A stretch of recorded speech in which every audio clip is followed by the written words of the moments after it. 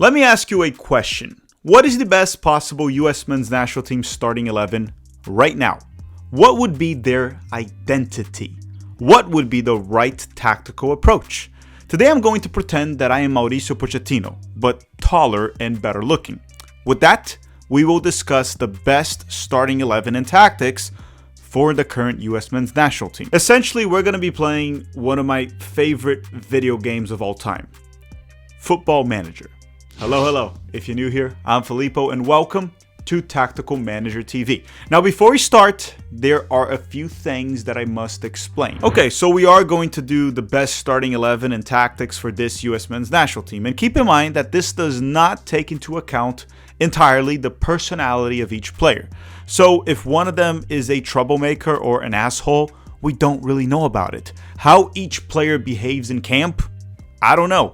How committed each one of them are, we don't know. That's something only an insider might actually have the information. So for this video, I'm using the information that is public to all of us, people like you and myself. Of course, building a team is much more than just picking the best players, but that's what I'm gonna do anyways. Not really. There are some very good players that will be left out of the starting 11, and I know this will be debatable to many. So I'm going to start by explaining my formation, approach, and starting 11. Then we are going to go to the tactics board so I can expand upon it. Let me know in the comment section down below your thoughts, and listen, these are all theories, ideas, plans. Making all of this actually work is a whole different discussion. It's a different beast. Everyone can have good ideas. Like myself, I can have good ideas. Implementing those ideas, that's the tricky part. Now, obviously, don't forget to hit the like button in this video if you haven't already, simply because it makes me happy. That's all. Roll the episode.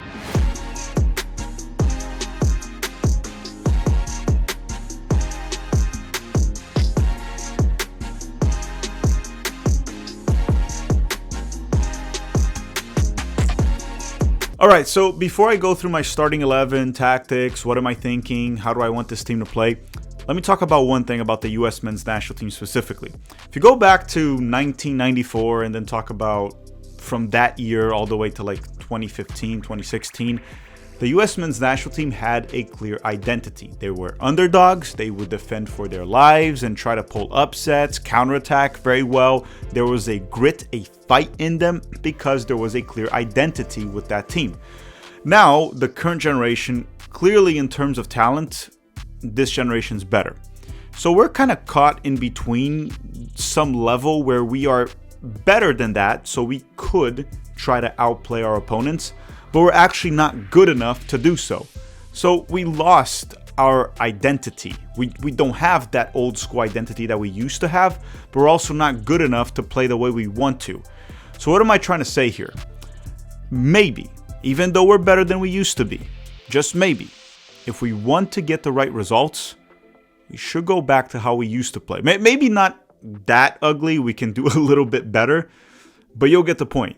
Maybe we should defend a bit more, have the ball a bit less, and be a bit more direct. Counterattack. Okay, so let's quickly go through my starting 11, standard formation, and a bit of my reasoning. So first and foremost, we kind of saw that with Pochettino. I've been advocating for back three for quite some time. He did that. And for my formation, I want to go with a back three. Mainly because our best fullbacks are quite clearly Anthony Robinson and Sergiño Dest. And then one of the great backups would be Tim Weah. And they're all better as wingbacks. I guess Anthony Robinson can be a wingback or left back, either one. But all of them perform at a very high level as a wingback. It would be a waste to have Dest or A-Rob as a third center back in possession while the other one pushes high up the field. I'm going to show that later in the tactics board and it might make more sense to you. Now the approach has to be KISS. Keep it simple, stupid. We have to keep it simple. We wouldn't have much time with these players when it comes to the national team, so the tactics can't be overly complicated. We can't bring some Pep Guardiola nonsense into the national team, which Berhalter at some point kind of wanted to. It just won't work. Now listen, if we are facing a much weaker opponent, what I'm about to show you also should work, but we would have to change some player selections, and I'll explain that throughout the video.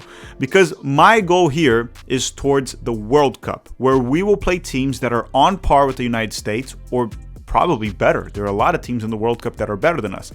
I think we are more well suited to play in transition, counterattacking, let the opponent have the ball, learn how to soak pressure, bend but not break while playing on a mid block, and then strike them in transition, which is also when the opponent is the most vulnerable anyway. And the formation that I chose for this video, and I'm going to explain it, is a 3-4-1-2, which you could also call it a 3-5-2 or a 3-4-1-2, whatever you want to call it. Let's call it a 3-5-2, I guess. And we saw Pochettino also play with a back three recently, which was quite successful, but his approach was more of a 3-4-2-1 or a 3-4-3, but they were kind of tucked inside, so it was more of a 3-4-2-1. Now for my starting 11, the standard starting 11 in formation would be Matt Freese on goal. The right center back would be Mark McKenzie. He is a good ball playing defender. He can pick a pass. Now, you could also have Joe Scally play that same role. For the sake of this video, I will put Mark McKenzie. The central center back would be Chris Richards. That's where he played for Pochettino against Japan as a central center back in the back three, and he was fantastic. Tim Ream would be my left center back, and I know that he is like 200 years old, but I think he is very good and set up to soak up pressure and help us counterattack. He does have good range with his pass. He is also a leader that this team kind of lacks. When we're talking about personality of the players, we kind of need that. Tyler Adams is a bit too hectic, and Pulisic ain't it. Tim Ream is more of a calming presence, and honestly, looking at our options, he might still be one of the best ones, so I'd go McKenzie, Richards, and Ream. The double pivot right there, midfield, or the two central midfielders actually, I would go with Tyler Adams and Johnny. The reason I would go those two is to really protect that back line and reduce the defensive responsibilities of our central attacking midfielder and the two strikers. They would still have to defend, don't get me wrong, but if you have those two guys and they can't connect the pass to find the playmaker or find the wide wing backs, that would be Serginho Dest on the right, Anthony Robinson on the left, both providing the width. Now, the central attacking midfielder would be either Tillman or Gio Reyna. I don't think Aronson would be able to play that role. I don't think Diego Luna is good enough to play that role either. It will be between Tillman and Reyna. Both players can pick a pass.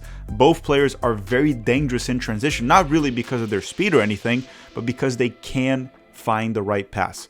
And if you have Christian Pulisic and Balogun up top, you also have Dest and A-Rob bombing forward, you have outlets. You have options. Now, up top, I would have Christian Pulisic and Balogun.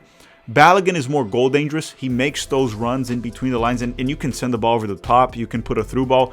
Balogun is deadly in transition. We've seen this in Liga. We've seen this with the US national team. And Christian Pulisic, I would put him up top somewhat in a similar role that we've seen Milan utilize him this season, where he kind of roams. He's goal dangerous, but he can also play make. Pulisic is an incredibly intelligent player. If you give him freedom to do what he wants there, obviously he'll also have to defend and track back. He will get the job done, whether it is playmaking or scoring goals. We've seen that with Milan. He can get it done. Now, one thing that I want to say is this would be obviously to face opponents that were kind of on par or that are a little bit better than us. You can see that it's a bit of a more defensive approach and we counterattack them. If we're facing a weaker opponent that we have the ball more, right? Like Guatemala is not going to come after us and many other teams. Just giving you an example. And even in the World Cup, you can play like a New Zealand. We should attack a New Zealand. Attack in a soccer way, right? I'm not saying go to war or something. I would remove Tyler Adams and Johnny. I would put McKennie and Musa or McKennie and Tessman because Tessman actually has great passing. That would be another option there in the midfield.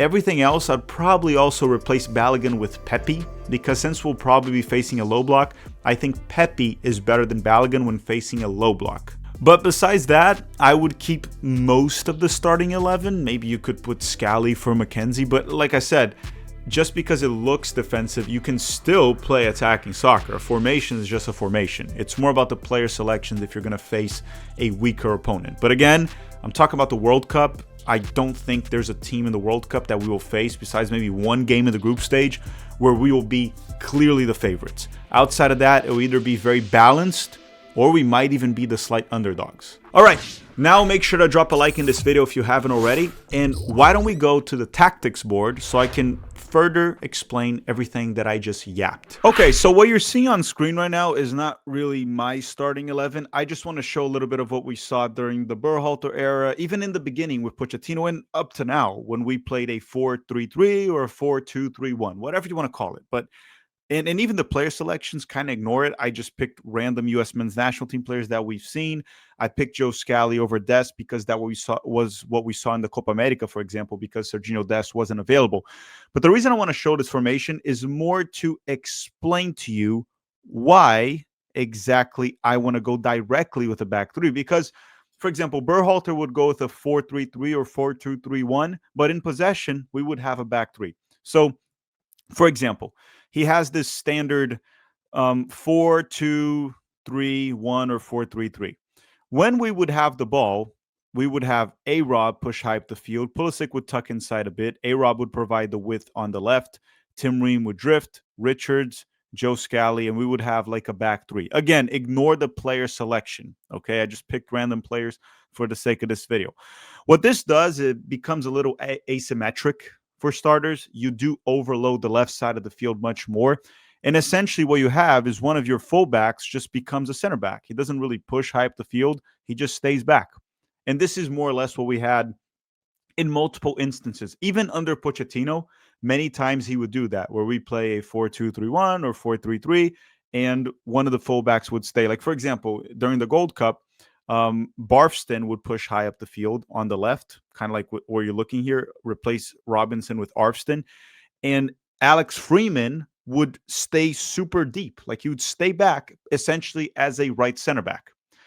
I don't want to do that. I want a team that's a bit more balanced and that is just simpler to understand, like very well defined positions. And again, you don't overload one side of the field. You can attack the opponent on either one. Now, let's talk about my formation. Okay, so this one on screen now is more or less what I talked about in the previous section of the video. It's a 3-4-1-2 or a 3-5-2, whatever you want to call it. And again, what I want us to do, this is the standard formation. Let me first go and tell you how it would work in possession.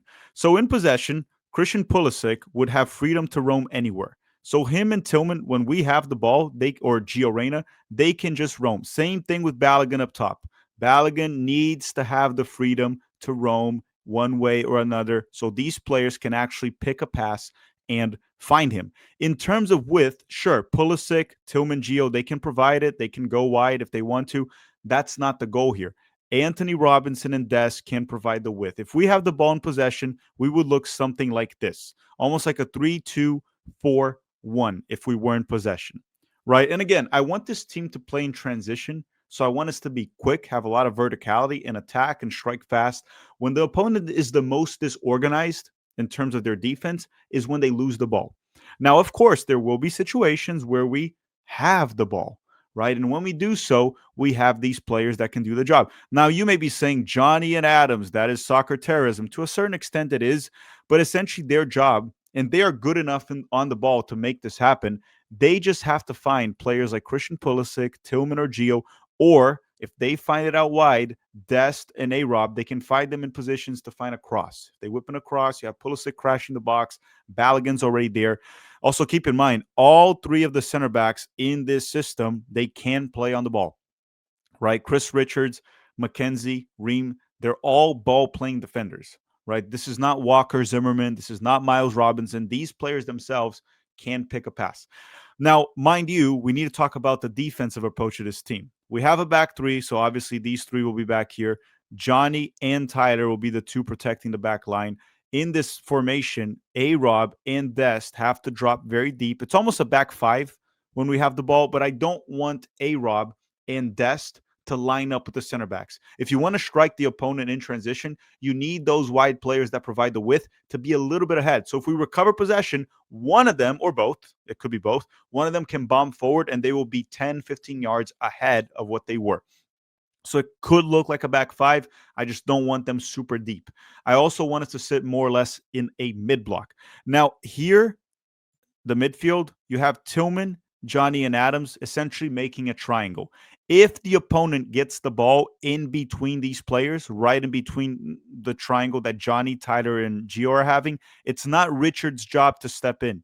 I don't want Richard stepping in. It would be one of these guys pressing the opponent, depending on where the ball's going and who's open or not. That has to be something that's instinctive. There's only so much a coach can do. There's only so much you can ask of your players. A lot of it is instinctive on the spot. But essentially, it's up to Tillman, Johnny, or Adams to press the player. I don't want Richards leaving. It leaves a massive hole if Richards does so. So he has to hold his position. These guys can take care to cover the space. There's more than enough players to do so. As for Pulisic and Balogun, they can stay like this right here. Pulisic's covering here if the fullback pushes up. Balogun's covering here. Obviously, if both of them drift, then we have a problem if we try to strike in transition. Ideally, you want one of them to always be like somewhere ahead of Tillman and Gio. So if we get the ball, we can find a quick pass. There's an outlet. But they're essentially here, Pulisic and Balogun. If the ball goes wide, they cut the passing lanes. Balogun, Pulisic goes here. If the ball goes to the other side, Balogun can cut it. So that's how it would work essentially. And again, it looks like a low block when it comes to this picture because I'm trying to show you the defensive shape of this team and how each player can behave. But I want it to be more of a mid block. If you want to hit them in transition, you don't want to be sitting so deep that when you get the ball, you're kind of like too far and you don't have players in dangerous positions to strike the opponent quick, strike them fast. And again, when we recover the ball, it's all about what's going on at that moment. The players have to act upon instinct. If Adams gets the ball and Pulisic's bombing forward and Balogun, he can quickly find Tillman and Gio, and they can pick a pass in transition. It depends on what's happening. Adams gets the ball, and Dest is bombing forward. Quickly find Dest. Dest can do a great job in creating goal-scoring opportunities for Balogun, Pulisic. It just depends on who gets it. Johnny gets the ball. If Anthony Robinson is bombing forward, he can open it out wide.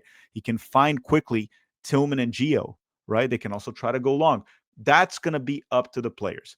Now, I hope I made sense with all of this. Obviously, when I'm making this video, everything is oversimplified. We could go into much more details, but it goes back to what I said earlier. Keep it simple, stupid. You don't want to give the players too many instructions. With that said, let me know your thoughts on that in the comment section below. I hope I made sense.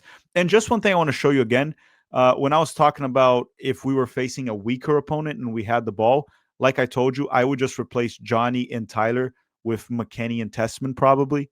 That would be one thing I would do. And then I would put Pepe instead of Balogun because if you're playing against a low block, I think Pepe works better as a poacher. But in transition, counterattack, Balogun completely obliterates Pepe. Okay? That's all. Bye. All right, everyone. Thank you very much for watching. Don't forget to drop a like before you go. And that's all for today. Let me know your thoughts in the comment section. And I don't think I have anything else to add. Thank you very much for watching and have a great day.